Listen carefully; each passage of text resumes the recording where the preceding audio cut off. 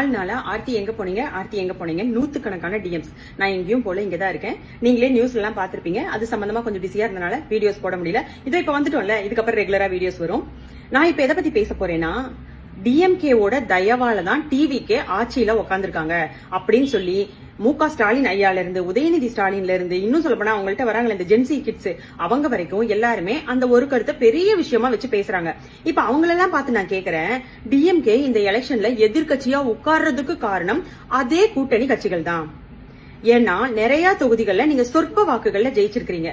குளித்தலை, கோவில்பட்டி, அதுக்கப்புறம் இந்த வேப்பனஹள்ளின்னு ஒரு தொகுதி, அந்த தொகுதியில வெறும் 138 வாக்கு வித்தியாசத்தில் தான் நீங்க ஜெயிச்சிருக்கீங்க. அந்த வாக்குகள்ல எந்த இடத்துல எல்லாம் நீங்க ஜெயிச்சீங்களோ அந்த இடத்துல எல்லாம் காங்கிரஸோட ஓட்டு விழுந்திருக்கும், விடுதலை சிறுத்தைகளோட ஓட்டு விழுந்திருக்கும், சிபிஐயோட ஓட்டு விழுந்திருக்கும், சிபிஎம்மோட ஓட்டு விழுந்திருக்கும். இந்த எல்லா ஓட்டையும் வச்சுதானே நீங்க அந்த தொகுதியில ஜெயிச்சிருக்கீங்க. அப்ப எதிர்கட்சியா உட்கார்றதுக்கும் அடுத்த கட்சியோட தயவு உங்களுக்கு தேவைதானே பட்டிருக்கு. எதிர்கட்சியா உட்கார்றதுக்கே உங்களுக்கு இன்னொரு கட்சியோட தயவு தேவைப்படும் போது நீங்க எல்லாம் எங்க கட்சியை பத்தி பேசலாமா? இதுல வேற நீங்க அனுப்பிவிட்டீங்கன்றாங்க. ஆனா ஒரு கட்சி தலைவர்களும் நாங்களா விருப்பப்பட்டு வந்தோம்னு சொல்றாங்க. புரியுதா இல்லையா உங்களுக்கு? ஏன் மேடை ஏறி அழுகிறீங்க இந்த விஷயத்த சொல்லி சொல்லி? உண்மையாவே நீங்க அனுப்பி விட்டுருந்தீங்கன்னா அந்த விஷயத்துக்கு அழுக கூடாது. எங்கன்னா கிளியரா சொன்னாரு சட்டசபையில, நீங்க தான் அனுப்பி விட்டீங்கன்னா அவங்களுக்கு அமைச்சர் பதவி கொடுத்தா உங்களுக்கு ஏன் எரியுது? எவ்வளவுதான் போய் பேசி மக்களை ஏமாத்தணும்னு நினைப்பீங்க?